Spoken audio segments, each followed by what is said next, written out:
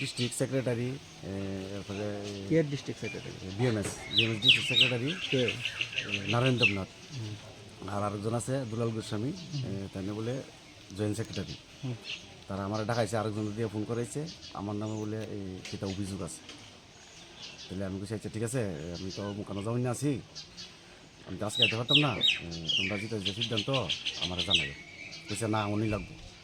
এরপরে আমি গেছি না, আমি বলছি ঠিক আছে আমু। তাহলে আমি গেছি, যাওয়ার পরে তা আমার অভিযোগ করলো 2 লাখ টাকার কেলেঙ্কারি আমার উপরে লাগাইছে। আমি বলে খাতে বলে 2 লাখ টাকা হয়ে গেছি। আমি বলছি ঠিক আছে, যদি 2 লাখ টাকার কেলেঙ্কারি থাকে এটা তো প্রমাণ তো থাকবো। যদি আমি টাকা নিয়ে তাই প্রমাণ থাকবো, প্রুফ থাকবো, আর টাকা কারে দিছে কোন জায়গায় দিছে এটারও তো প্রমাণ থাকবো, টাকা যদি দিয়া থাকে আমারে।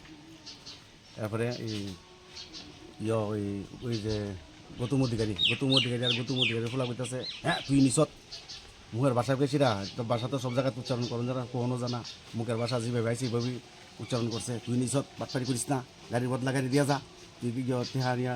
এরপরে আমার ফিট হয়েছে, মানে আরও কয়েকজন আটকাইছে, তারপরে তো আমার ফিট লইলে মাল লইলে যাকে আটকাইছে এদিকে মারতে পারছে না।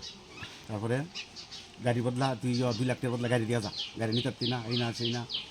আমি কিতা করুম, আমি লাস্টে বাইক দিয়েছি না, আমি আমরা ওই বাবুল দাম তেনারে ফোন করে বললাম দাদা এই ঘটনা এই পরিস্থিতি, তারা তো আমার মারতে আইছে।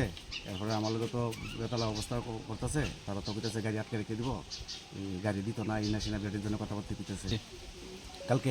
কালকে রাতে কিতা ভোরবেলা আমি তো আনুমানিক কয়টা? অনুমানিক 4:10 হইব। আমি টাইমটা শিউর হয়েছে না কারণ গ্রামের লোক 15-20-এর ভিতরে ঘটনাটা, আমি তো ঘুমাই দিছি।